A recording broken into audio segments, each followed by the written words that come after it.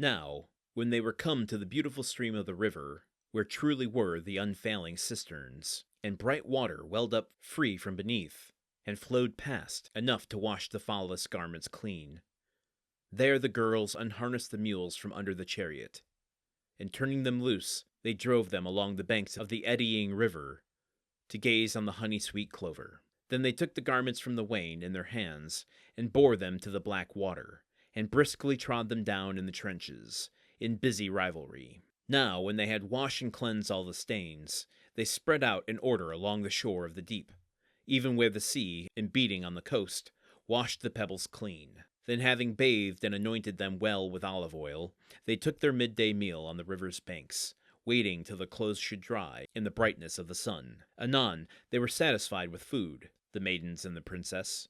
They fell to playing at ball, casting away their tires, and among them Nausicaa of the white arms began the song. And even as Artemis, the archer, moveth down the mountain, either along the ridges of lofty Taygetus or Erymanthus, taking her pastime in the chase of boars and swift deer, and with her the wild wood nymphs to sport them, the daughters of Zeus, lord of the Aegis. And Leto is glad at heart, while high over she rears her head and brows, and easily she may be known. But all are fair, even so the girl unwed outshone her maiden company.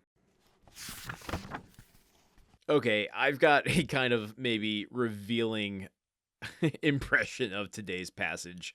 I don't know what this says about me. Look, folks, I have a lot of interests, and they lead me down some weird rabbit holes sometimes. I've mentioned many, many times on the show that I am a film buff. I love film history. I love all kinds of film. I love horror film. I love international film. I'm fascinated by exploitation film, regional filmmakers.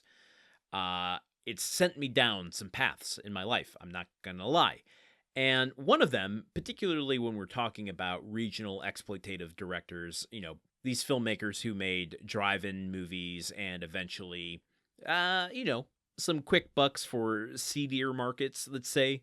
There was a type of film in the late 50s, early 60s called the nudie cuties. And a lot of them centered around this kind of frolicking nature. Some of them even, not that I'm an expert. Listen, folks, I'm not an expert. It's a completely academic interest. Some of them even are centered on goddesses frolicking in gardens and meadows.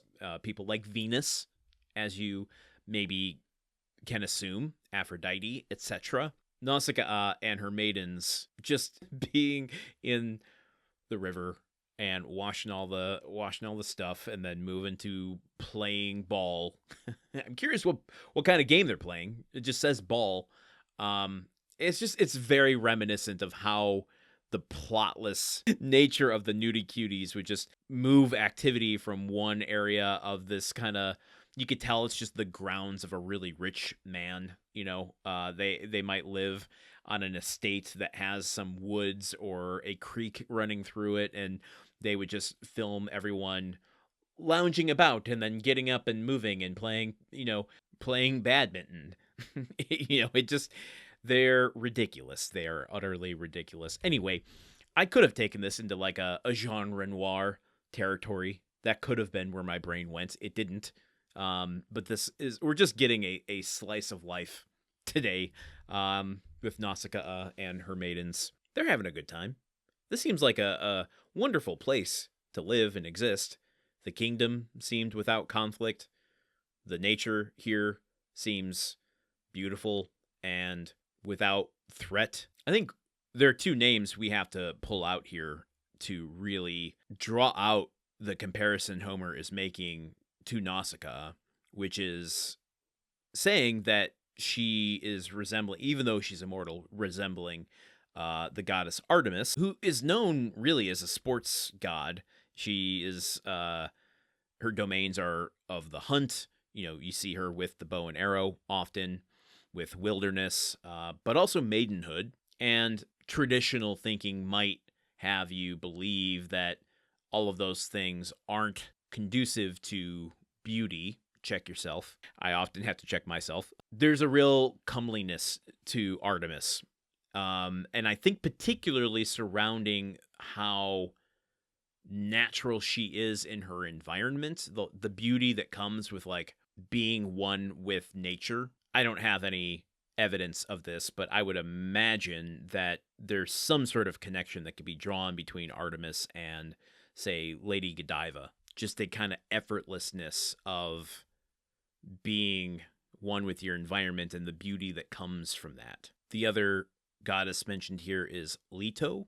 She is mentioned also in the simile to Artemis, I think emphasizing a sort of pride or distinction. So I think we should all take a little bit of energy from today's passage. I think this is the first and maybe the only we'll ever get where there's no conflict at all, really. I mean, Odysseus taking a little nap. He's just sleeping it off.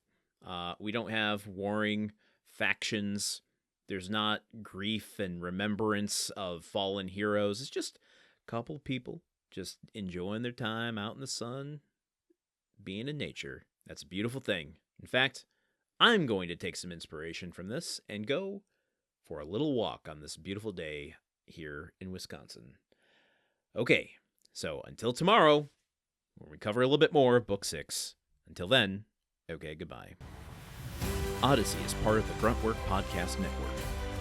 The show is produced, edited, and hosted by Landon Solano. The original text of The Odyssey, written by Homer. Theme song by Neuroflow. You can support this show and other shows like it by going to patreon.com/gruntworkpod. Thank you for listening. See you tomorrow.